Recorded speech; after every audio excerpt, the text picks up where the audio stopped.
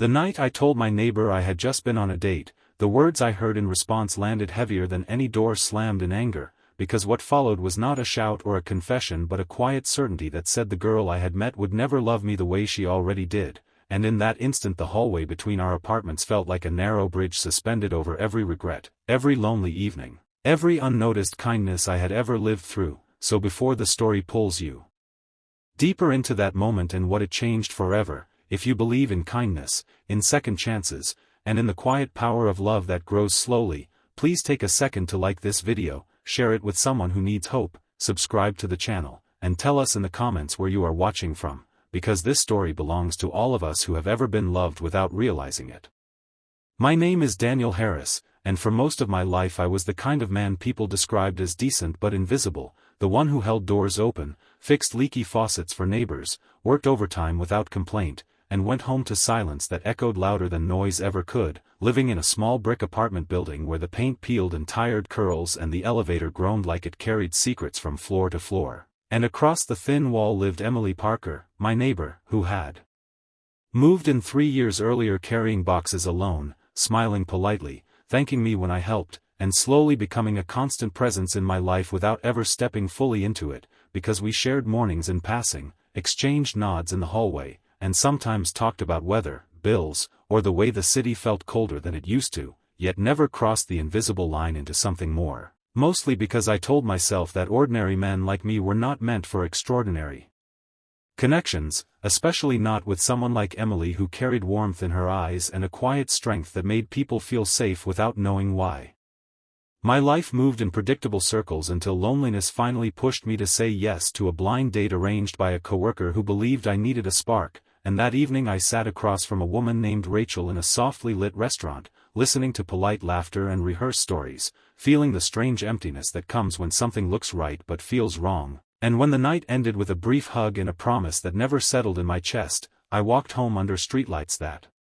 flickered like unsure thoughts, rehearsing in my mind how I would tell myself it was progress, that at least I was trying, and that was when I ran into Emily in the hallway, her hair slightly damp from a shower, her arms full of laundry, her smile automatic until she noticed the tiredness in my eyes, and without planning to, I mentioned the date, expecting nothing more than polite curiosity, but instead the air changed. Her expression softened into something deeper, and the words came from her not as jealousy or anger but as truth shaped by years of quiet watching, telling me that the woman I had been with would never love me the way she already did, and the silence afterward was so thick I could hear my own heart struggling to catch up.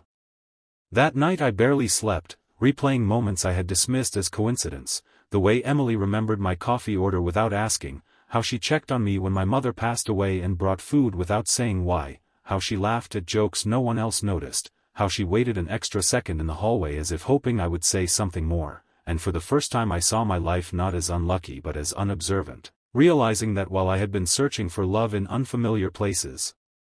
it had been growing patiently right next door, yet fear crept in too, fear of misreading, fear of ruining the one constant comfort I had, fear that ordinary men did not get extraordinary chances twice.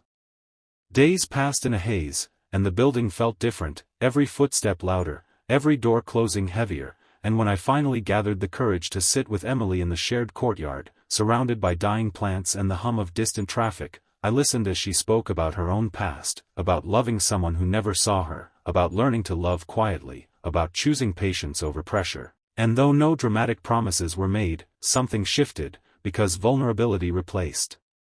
assumptions, and honesty replaced fear, and we began spending time together not as neighbors killing time but as two people finally allowing themselves to be seen, cooking simple meals, sharing stories that had waited years to be heard, and discovering that love does not always arrive like lightning but sometimes like sunrise, slow, inevitable, and warm.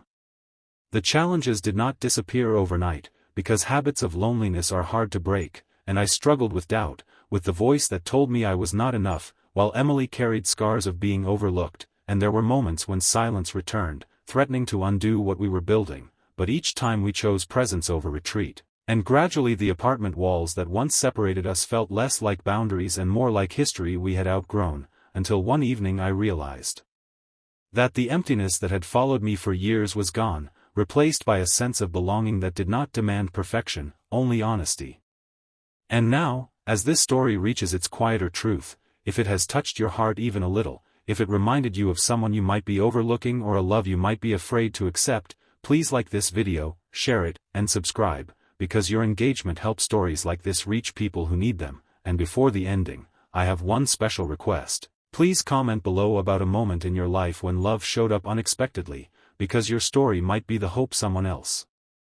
is searching for. And as I look back, I understand that love is not always about grand gestures or perfect timing, but about noticing the person who stays, the one who loves you before you think you deserve it. And sometimes the most powerful love story begins with a simple truth spoken in a quiet hallway, changing everything forever.